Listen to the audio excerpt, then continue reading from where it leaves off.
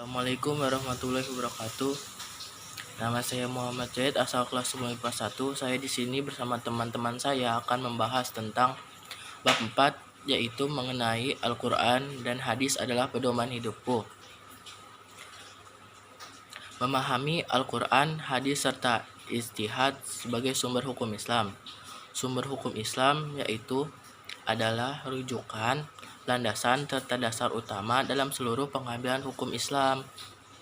Oleh karena itu, ia adalah patokan untuk seluruh hukum Islam. Nah, yang pertama, Al-Quranul Karim. 1. Pengertian Al-Quran. Al-Quran dalam bahasa berasal dari kata qara'a yang berarti dibaca atau bacaan.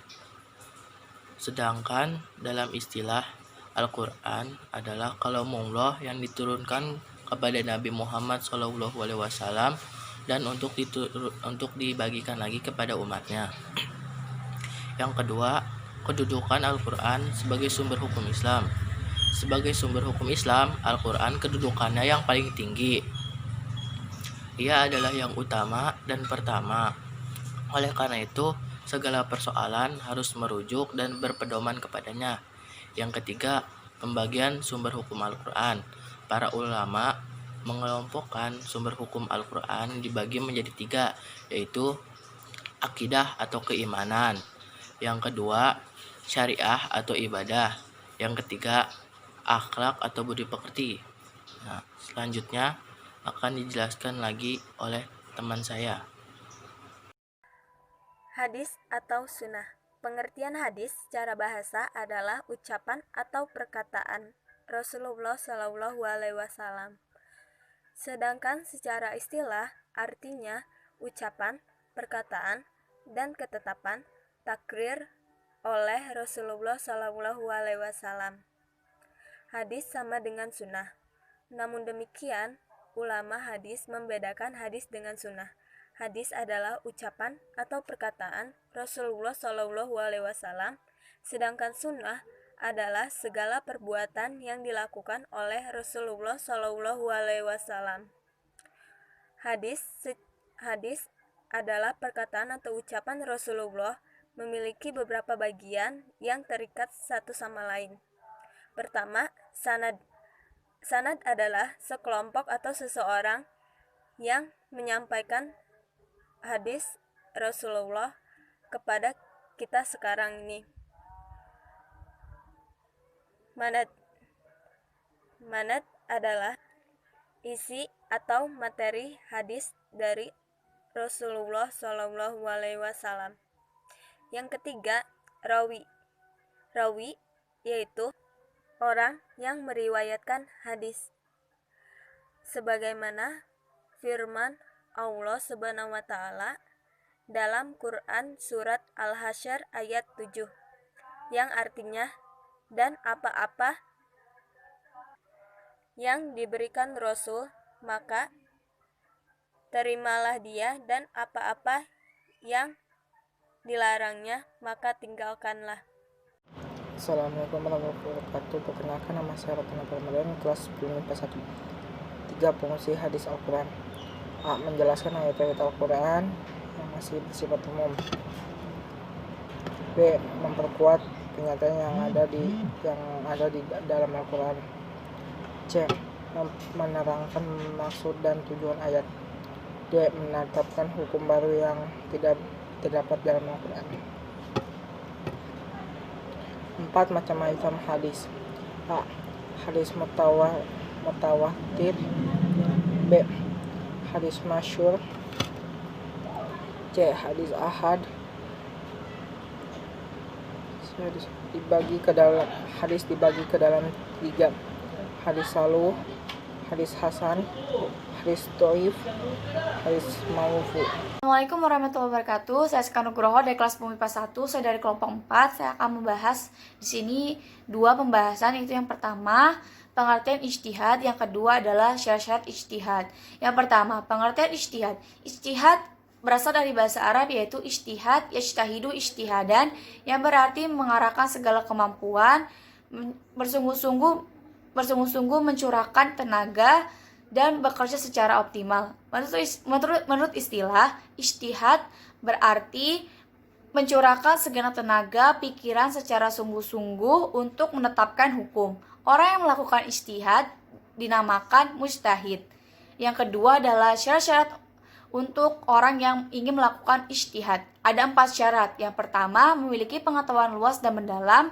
Yang kedua, memiliki pemahaman yang mendalam tentang bahasa Arab, ilmu tafsir, usul fikih, dan tarik atau sejarah. Yang ketiga, memahami cara untuk merumuskan hukum atau istinbat. Dan yang keempat adalah memiliki keluhuran akhlak mulia. 3. Kedudukan ijtihad. Ijtihad memiliki kedudukan yang tinggi setelah Al-Quran dan hadis. Ijtihad digunakan jika suatu permasalahan tidak ditemukan hukumnya dalam Al-Quran dan hadis. Namun dengan demikian, hukum yang dihasilkan tidak boleh bertentangan dengan Al-Quran dan hadis. Rasulullah Shallallahu Alaihi Wasallam juga mengatakan bahwa seseorang yang berijtihad dan ijtihadnya benar, maka ia mendapatkan 2 pahala, dan kemudian ijtihadnya itu salah, maka ia mendapatkan 1 pahala. 4. Bentuk-bentuk ijtihad. Ijtihad terbagi menjadi beberapa bentuk. 1. Ijma merupakan kesepakatan para ulama ahli dalam memutuskan suatu permasalahan atau hukum. Kedua, kias. Kias adalah mempersamakan atau menganalogikan suatu permasalahan dengan yang ada dalam hadis atau Al-Quran karena kesamaan karakter atau sifatnya. Contohnya, mengharamkan minuman keras sebagai firman Allah Subhanahu wa Ta'ala. Ya ayyuhallazina amanu innamal khamru wal maisiru wal ansabu wal azlam rijsum min amali syaitoni fajtanibuhu allakum taflihun. Artinya, wahai orang-orang yang beriman, sesungguhnya minuman keras, berjudi dan berkurban untuk berhala dan mengundi nasib dengan anak panah adalah perbuatan yang keji dan termasuk perbuatan setan. Maka jauhilah perbuatan-perbuatan tersebut agar kamu beruntung. Quran Surat Al-Maidah ayat 90. Assalamualaikum warahmatullahi wabarakatuh. Izin memperkenalkan diri, nama Rinaldi Panji Pratama, asal kelas 10 IPA 1. Hukum taklifi adalah tuntutan atas larangan oleh Allah atas perintahnya. Hukum taklifi dibagi menjadi 5. 1. Wajib. Wajib adalah kegiatan yang harus dilakukan. Jika tidak dilakukan akan mendapatkan dosa, jika dilakukan akan mendapatkan pahala. Contoh yang akan dilakukannya: sholat, zakat, haji. 2. Sunnah. Sunnah adalah kegiatan yang dilakukan akan mendapatkan pahala. Jika tidak dilakukan, tidak mendapatkan apa-apa. Contoh, sholat duha, puasa Senin Kamis, dan lain-lain. Haram.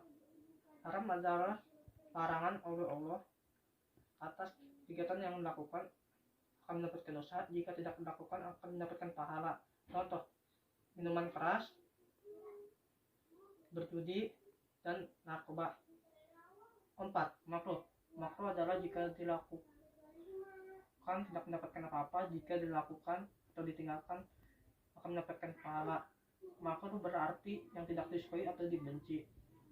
Contoh hal yang tidak dimaksud: aroma dan zat yang berbau tak sedap. 5. Mubah adalah hal yang boleh dikerjakan atau tidak dikerjakan. Jika dikerjakan tidak mendapatkan apa-apa, jika ditinggalkan akan mendapatkan pahala. Contoh, makan roti, tidur, dan minum susu. Cukup sekian dari kami. Mohon maaf apabila ada kata-kata yang salah. Sekian, terima kasih. Wassalamualaikum warahmatullahi wabarakatuh. Wassalamualaikum warahmatullahi wabarakatuh. Wassalamualaikum warahmatullahi wabarakatuh. Assalamualaikum warahmatullahi wabarakatuh.